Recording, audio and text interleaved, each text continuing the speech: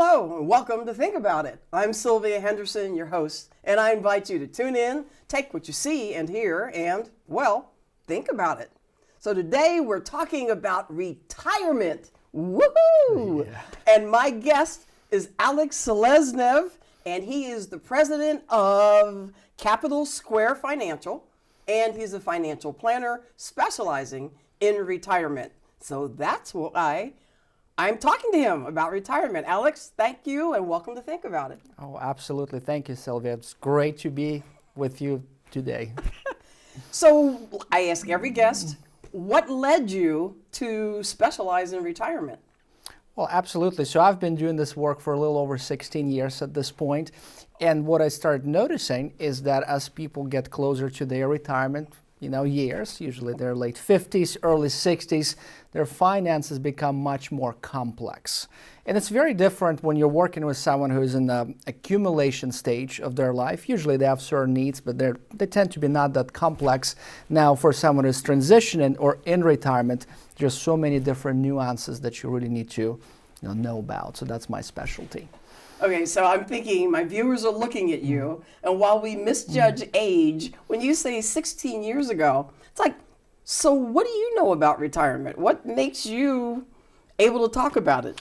Well, I'll tell you, Sylvia, this is actually, personal to me. So, my father passed away, 3 years ago at this point, a little more than that, on November 25th of 2020. It was right before Thanksgiving, actually. And what's, I guess, interesting about it, he looked healthy. Everything was fine. He actually passed away after playing some tennis, that early morning. And that really made me rethink, what I do and in terms of the work with my clients, because see, there's this mantra of saving more, trying to work longer, delaying your retirement, work more, stay with us.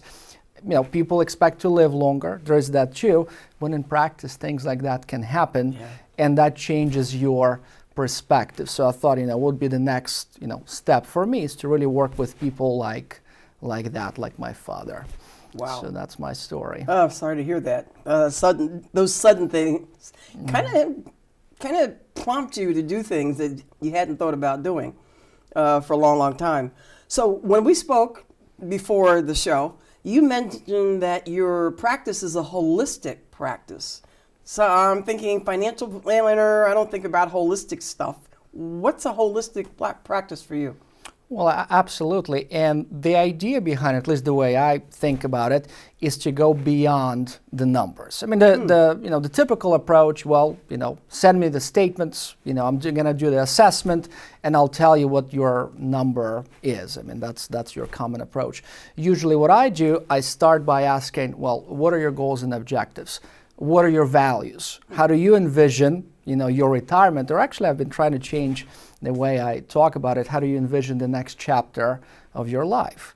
So usually I have a conversation about it, and only then you start talking about the numbers. So to me, that's a much more comprehensive approach to planning. Okay, because I would think a lot of those things do feed into retirement. And as I'm thinking about the term retirement, I know, since I've got gray hair, and I would have retired from corporate had I still been in corporate. Retirement looked in the 20th century different from what it looks like now. And I'm sure for our up and coming youth, it's going to look different for them in the future. How has that evolved and changed? And in fact, my parents, obviously, they retired differently from what I imagined. Well, I mean, I'll start by saying that people tend to work longer now. And that's not necessarily for financial reasons. Many of them actually prefer to do that. They're expected to live longer. They want to remain productive for longer. They can help, their company or, their family, if that's any kind of family business. And that's what I've been seeing over the past decade or so. When people reach out to me, they tend to have a specific date in mind. But when you actually put together a plan for them and you start meeting, more often than not, they actually decide to disengage their employer, retire well beyond that original projected date. Not always, though, but in many cases, that's what happens. Okay. And I'm thinking, my head is with corporate, because typically you're retiring from that job you had. I know young folks don't understand the 40-year career anymore, but typically you're retiring from an organization. And if I'm thinking about retirement, I remember I had an actual retirement counselor come into the company. I went to a financial planner for something else. So what triggers, I didn't think about that for retirement. So what triggers someone to call you? What are those triggers that say, ooh, we need to look for Alex? Well, and it's interesting. It's almost like you made a couple of comments here. Just want to comment on the first one. I'll start by saying that perhaps 20, 30, maybe 40 years ago, it was very common for companies such as IBM as an example to have pension plans. So in some sense, there was no need to do much planning. The idea was, well, you have some savings, you're going to have your pension, then you're going to have your Social Security. So between those three, you should be fine once you retire. Well, that is no longer the case. Certainly has not been the case for the past, I'm going to say 20 years. I know for a fact that IBM actually transitioned to a regular 401k. So now, in some sense, you're on your own. You have to take care of your own finances. And if you're busy, if you're simply not willing to spend the time, or you don't have the knowledge, I'll just say that, well, then you seek someone like myself. Now, in terms of the trigger points, I will say this. The vast majority of my new clients, they don't just wake up in the morning and say, oh, I'm going to go and see a financial planner. I wish that was the case. I very much wish that, but it's not. Usually there's a trigger point. Okay, inheritance would be one of them. The other one is, okay, they get sick and tired of doing what they do. They've been doing it for the past 20, 30 years. When does it end? So in some sense, they're thinking about escaping into retirement. Sometimes, loss of a loved one. That's one of the triggers. So usually, again, there is something besides just saying, oh, let's do a regular review. So I remember, again, because corporate life was different than it is now. I remember coming in early in my 20s in corporate, and fortunately I had a manager who said to me, find something to do beyond the company and start planning now. When you're in your 20s, you're thinking, yeah, right, I'm going to plan for, and 401k, no, I want to use that money for something else. But he said, start now. Because a lot of the folks that were retiring then turned up dead in 2 and 3 years because that was the way things were. So if people are watching, how young should they start planning for retirement? That's a great question. So as early as possible. So, and I still do this webinars. I used to do more of it. So for young professionals specifically, my suggestion is to start saving as soon as you get your first job. At this point, again, I'll be blunt about it, there are no excuses. All you need is $25 a month. That's a perfect starting point, and perhaps, each month you can increase your savings, but there are no excuses at this point. It's so easy to do that. Now, I'll also say this in terms of, again, retirement planning, 7 to 10 years. That is that sweet spot for people to really focus on it. I'm not saying, again, you should wait to start thinking about it, 7 to 10 years before your projected retirement date, but usually that's the sweet spot, meaning, you already have a pretty good idea of where you are. Of course, you have some idea at least of your projected retirement date, and there's still enough time for someone like myself to really help you, successfully transition into the next chapter. Okay, because I'm thinking 10 years maybe you can start, that compound interest thing starts kicking into your savings. There's still time to save something for retirement. Another thing you were mentioning when we were talking is we spend all of our early years saving, or we should. Saving, I know I learned to do that. And when it's time to turn the switch and start spending, I know my parents were like, oh no, we can't spend. How do you get someone to flip that switch and realize that it's okay now to start enjoying what you saved. Yeah, and it's amazing. Like your parents, it's a very common situation when people actually, it's relatively easy for them to save because they've been doing it their whole life and they're very successful. When the time comes to spend the money, it's challenging. So, I mean, I can think of two ways. Well, first of all, you need to make sure that they're comfortable. You need to make sure that they're comfortable that they will not be running out of money, in retirement. In terms of my work, I usually, do those projections to age 95.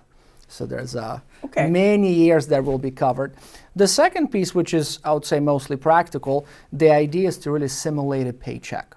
So someone retires, it doesn't really matter at what age, and each month, presumably, or it can be done bi-monthly, they receive X dollars from their investment account. So it feels like a paycheck because the money simply comes in on a monthly basis. So that tends to make people more comfortable with the idea of, again, drawing from their accounts. And is there an age at which that switch really needs to take place? I mean, I keep hearing about, and by the way, for our viewers, Alex is not giving financial advice. Absolutely.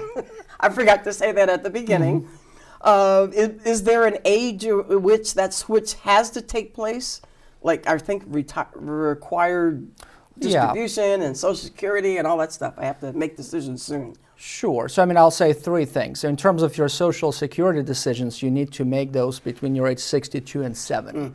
Again, without going into too much detail, but 62 is the earliest and 70 is the latest. There's no benefit of waiting any longer. In terms of the required minimum distributions, it's 73, but there's a good possibility that over time that age will be increased. But again, for many people, these two numbers or dates are good to know. But in practice, the retirement will likely happen, sometime sooner or actually later than those two dates. So you really need to have a plan. That's the bottom line. You can't just say, okay, I'm not going to draw from my accounts until the age of 73, simply because that's the required minimum distribution age. Okay. So there needs to be a plan. Okay.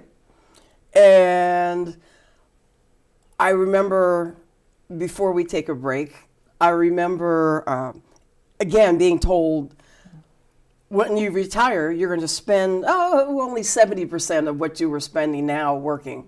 And I tell you, my friends right now, they're out cruising, they're out vacationing, and I'm thinking, I don't think 70% is going to get me there.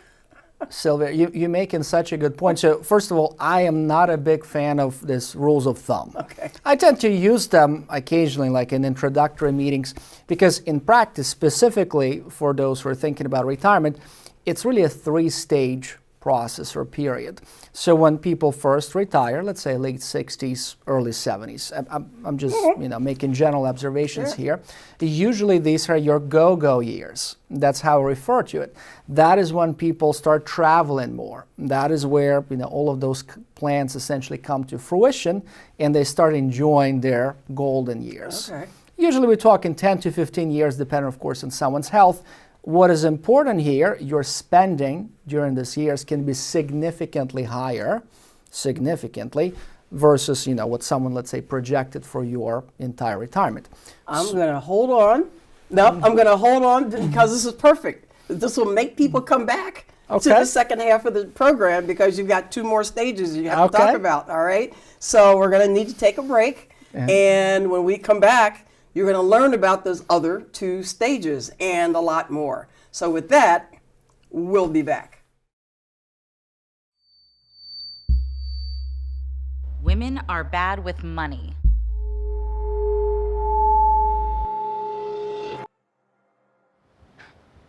It's what the world's been saying for centuries. But now, we've got something to say. Save it. Save the old-fashioned advice, the empty excuses. It's all worthless, unlike us. To our fellow females, it is time to save ourselves by saving our money. Contributing to our futures, investing in our independence. Until we're no longer 80% more likely than men to live in poverty in retirement. So again, we say to that, save it. the falsehoods, the feelings of fault, then the funds. Learn how to save for your retirement at wesaysaveit.org. Hello, welcome back to Think About It. I am still Sylvia Henderson, your host, and I'm still talking to Alex Seleznev about retirement. And we stopped with a cliffhanger at the break. And Alex was breaking down 3 stages that you address when you're working with people. So we hit stage 1. What are the other 2? Yeah, so the other 2, again, the second one is your slow go years. And that is usually, I'm going to say, between your mid-70s, maybe to mid to late 80s, again, depending on your health. Whoa, okay, that's old for slow go. I'm thinking that's the no. You see, I'm trying to be conservative Whoa, here. okay. I'm trying to be, considerate. Again, it depends on each person and each family. Okay. But usually in terms of the stage of someone's life, people still travel, but perhaps not internationally. Perhaps they're not going to go for a 2 or 3 weeks long trip to Africa, as an example. They kind of stay local. At this stage in life, they tend to focus more on helping their family. At least that's my observation. So that multi-generational planning becomes important. But in terms of their spending, it usually actually goes down. So it does not go up as much. And then finally, the third stage, again, I'm going to say from mid-80s all the way to, let's say, late 90s or beyond, perhaps. These are your no-go years. Usually, and again, I'm being trying to be gentle here, but usually that's when someone's health begins to decline. You start focusing more on medical expenses. Your budget essentially gets redirected toward care. So, and in some sense, in many cases, it actually begins to decline. The most important point here is, again, when you work with one number, it simply does not reflect the reality. You need to have a plan that addresses all 3 of those stages. That's true. And I'm guessing that as you're working with people for those no-go years, I'll say, slow go years. That's the second stage. Yes, spit it out. You're also being cautioned, or we're being cautioned about that end stage because, oh my gosh, long-term care, nursing home and nursing care and all of that comes into play. So we can't spend it all in the slow go years. I had to get that straight. Well, it's interesting you asked me this question earlier in the first part, what triggers people to reach out to someone like myself? Long-term care expenses. I'm going to say that's the top 5, if not top 3. Let's say you have some money, you have solid savings, you're in retirement, you're comfortable. What would it look like, 10, 15 years down the road if those expenses begin to balloon? Now, one thing I will take advantage of this opportunity and say this. Over the past 10 to 20 years, the retirement communities really improved. I no longer refer to them as nursing facilities because I go to many, I present at many of those places. They're beautiful. They're not cheap. You have to be very careful, but we're talking about, different type of community versus, 20, 30 years ago when people go there to, people go there to live now. I just visited one, and I won't say the name because we're not advertising them, but I just walked into one on Sunday, and there was a climbing wall in the lobby. And I walked in, I thought, who's using a climbing wall in this community? And I was corrected that there are plenty of people that have a regimen for doing that at 70. I'm thinking, ooh. So yeah, very different from wheelchairs and Absolutely, and that's not without getting too much into the weeds, but that's one of the reasons why people want to have a plan, is to make sure they assess if or perhaps when there's a need for that type of transition, that they're prepared for it.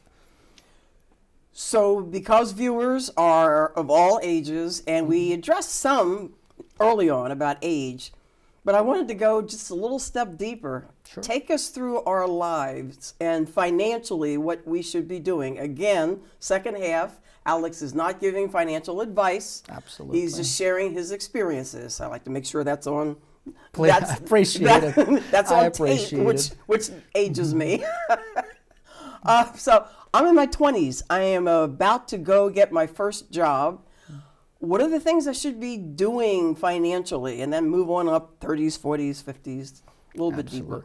Absolutely. So for those in their 20s, keep it basic. Start saving, make sure you have a budget. I wouldn't really worry about much else. Make sure you start saving. As I mentioned earlier, it can be as little as $25 a month. Hopefully it's more than that, depending on your expenses, depending on your income, but start saving and have a budget.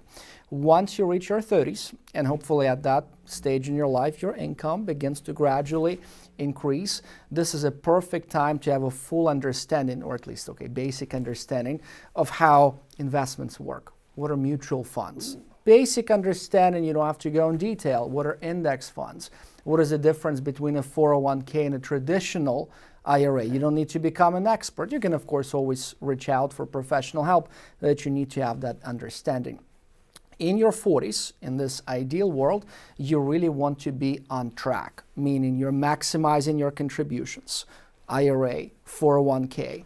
I'm working the assumption, especially if you want to be particularly successful, in terms of working with your debt, such as credit cards, mortgages, hopefully on your track to pay it off. In your 50s, again, you're talking to someone who focuses on retirement planning, it's a perfect time to start thinking about, the next chapter. Okay. Perhaps it's going to happen 15, 20 years down the road, or 25, or you'll never retire, which perhaps we'll talk about because that's one of the trends, but you need to start thinking about.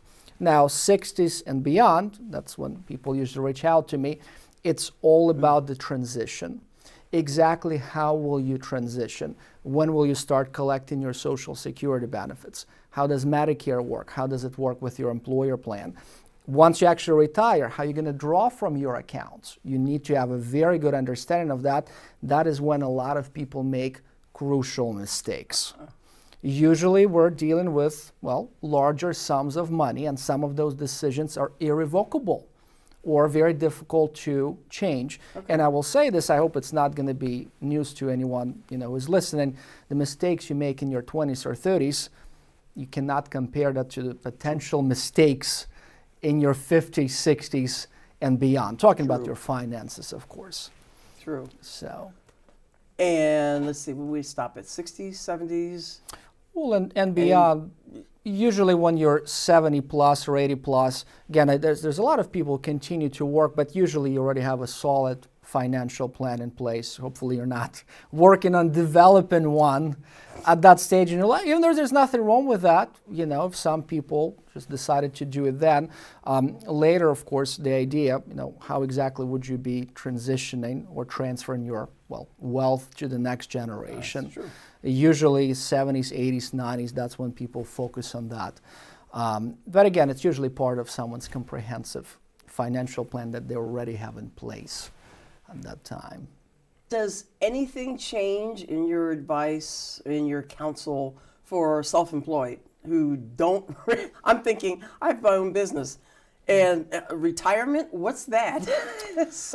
Oh, wow. Plus the income is uncertain. Yeah, I refer to it as lumpy. That's the term I tend to use for my self-employed clients or, small business owners. So I'll say two things. The cash flow piece, you have to be really on top of your cash flow as a business owner. That's a good idea to begin with, but since that's your primary source of income, that's doubly important. The second piece is in terms of retirement planning, you actually have many more options, which is what many people are not aware of. So I'll just make some examples. IRA, anyone can contribute. Solo 401k, SEP IRA. For those who make significant income, they can create the so-called cash balance plans, where they can, shelter hundreds of thousands on a pre-tax basis to really catch up on retirement. And if you want, we can develop on that, but there are strategies for self-employed specifically who undersaved earlier in their lives. Yeah. So you can really catch up compared to someone who's, let's say, a W-2 employee. You actually don't have those options. Okay. And I'm thinking a lot of times, too, in my head, instead of saving, I say, okay, I want to invest this back in the business. And so I haven't built up the savings, that to when I'm ready to actually ease out of the business and take advantage of retirement. And I chuckled earlier when you said something about the spending in the 60s, 70s that they're probably staying around more. And I'm thinking, I just read about a year-long cruise that one of these cruise companies is offering. And I'm thinking, who can take a year-long cruise other than a retiree? Yeah. Well, that's probably the majority of their clients, let's put it that way. So when people contact you, what do you do to get started working with them? Yeah, so I'll start by saying that it's very easy to get started. It truly is. If someone wants to reach out, we can always have a Zoom meeting, and I have a calendar on my website. And I don't think of these meetings as introductory meetings. I go beyond that. I call them strategy meetings. I leave it up to my potential clients in this case, and if they're willing to share more beyond their basic goals and objectives and asking me some questions, we'll actually have a productive time. Of course, I cannot provide any investment or financial advice up until we're fully engaged, and I say that up front, but at the very least, I'll list what options are available to them. Interesting, you mentioned self-employed people. I mean, that's one of the reasons people reach out to me. They're not even aware of what options are out there. And I'm more than happy to have that conversation, free of charge, actually. So, do you work with other financial planners? Because a lot of people already have relationships built, but that financial planner may not focus on retirement per se. So you work with other financial planners, and what other kinds of folks do you partner with or work with? Is it movers, tax people, the people that help aid folks, seniors downsize? I mean, so I'm asking because as viewers are watching, they're like, okay, I can either recommend or I need to talk to him while I'm talking to the people I already have a relationship with. So again, two questions, and I'll address the first one briefly, and actually the second one is really a great question. I do have several clients that, they work with other investment advisors. In some cases, these are actually their family members or close friends. So in some sense, they want to retain those relationships, which I absolutely respect, for the past 20 or 30 years. And those people did a pretty good job for them. It's just that they're not sure if they have the skills and experience to essentially help them transition into the next chapter of their life. So that's why they reach out to me. The second question, again, as part of building Capital Squared, I have a great ecosystem of people who can support my clients. CPAs, estate planning attorneys that focus on elder law, places essentially that can help you age at home, right? There's a variety of different companies that can help you with that. So there's an ecosystem. So when someone works with Capital Squared, well, the idea, of course, is to address most questions in-house, but we do want to connect with other people too. Awesome. Alex, my God, I can't believe we're running out of time. And I mean, there's just so much information that we don't think about when we think about retirement. Your contact info is on the screen, and you've got the website. Thank you so much for being a guest on Think About It. And I don't know, one last 15-second set of message you want to leave. Everyone needs to have a plan. A good plan can fit on a single sheet of paper, but everyone needs to have one. I'm biased, I'm a financial planner, but I truly believe in that. Thank you, Sylvia. Excellent. And with that, we have come to the close. We're retiring the program on retirement. And so, as usual, I invite you to tune in, take what you see and hear, and think about it. Until the next show, I'm Sylvia Henderson.